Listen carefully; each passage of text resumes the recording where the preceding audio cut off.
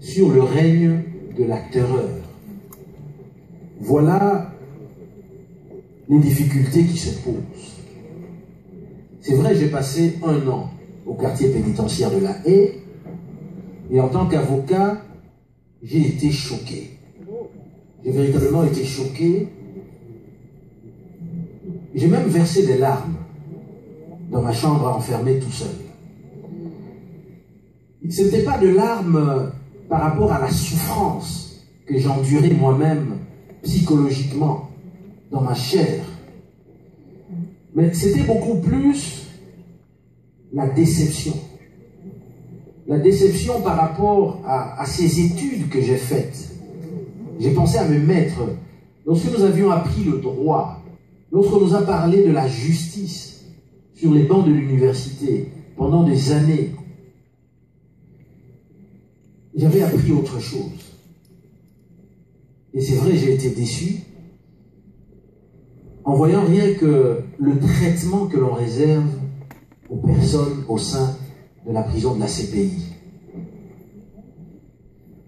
Je le dis parce que le respect qui est dû à la vie privée, cela fait partie d'un droit international reconnu.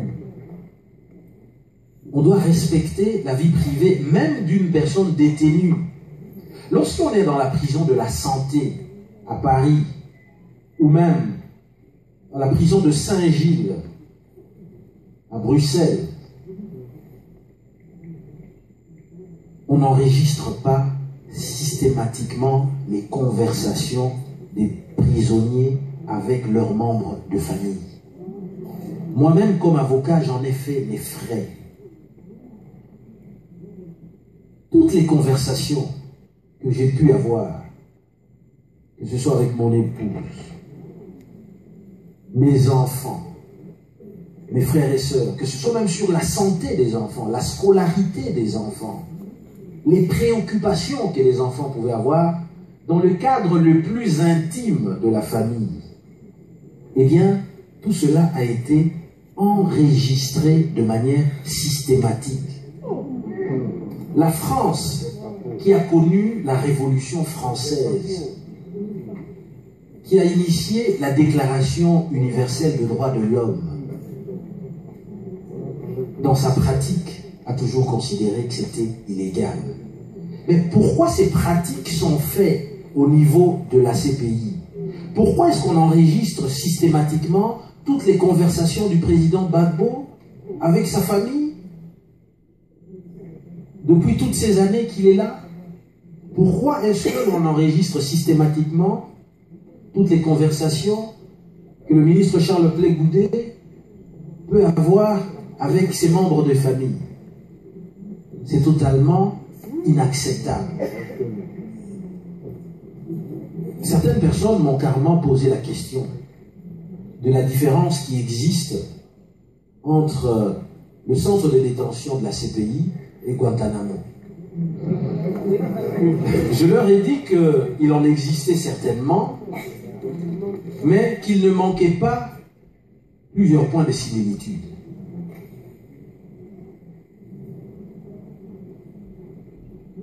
Autre chose aussi, violation de la vie privée, de la vie personnelle.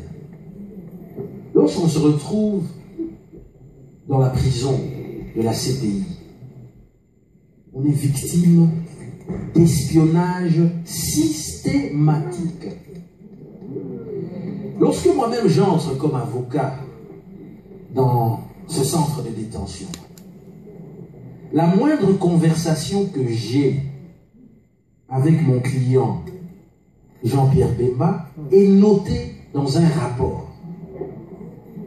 Lorsque je me réveille le matin à 7h30,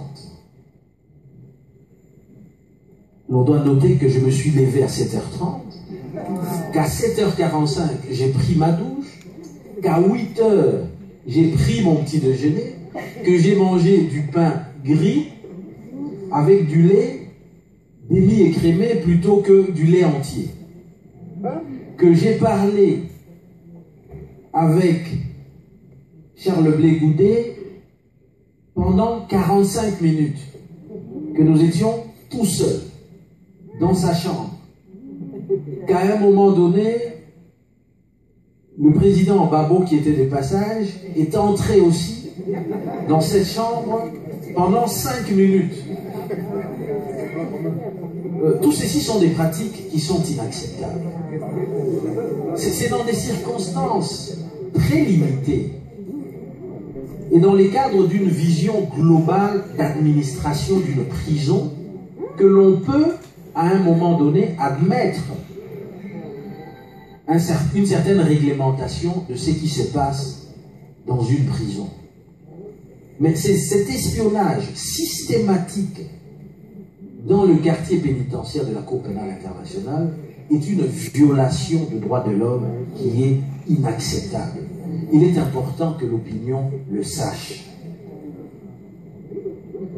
Autre chose,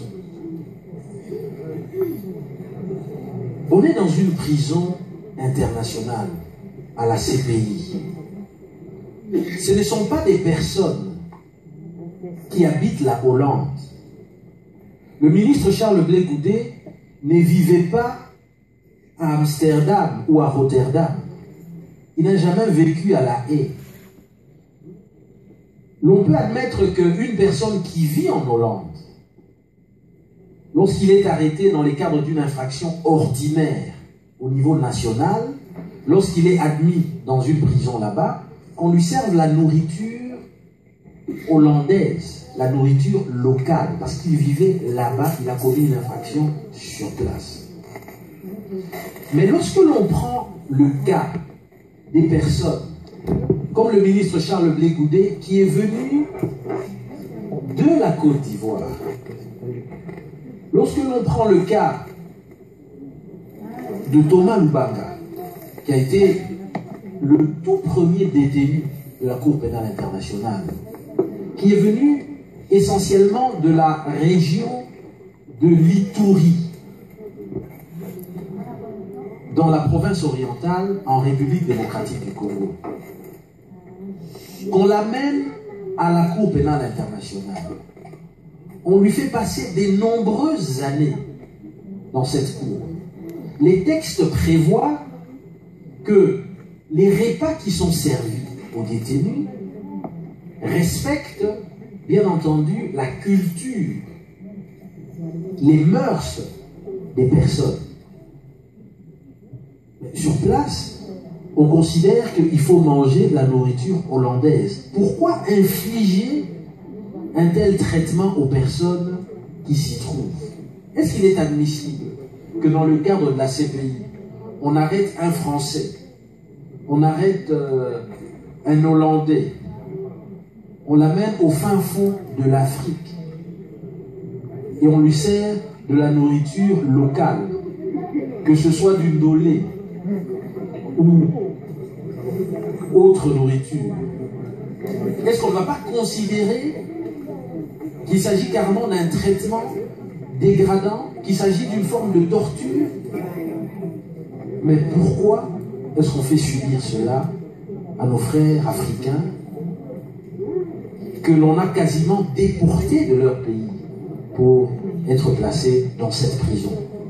Nous demandons aujourd'hui, nous revendiquons plus de justice dans le fonctionnement de la Cour pénale internationale.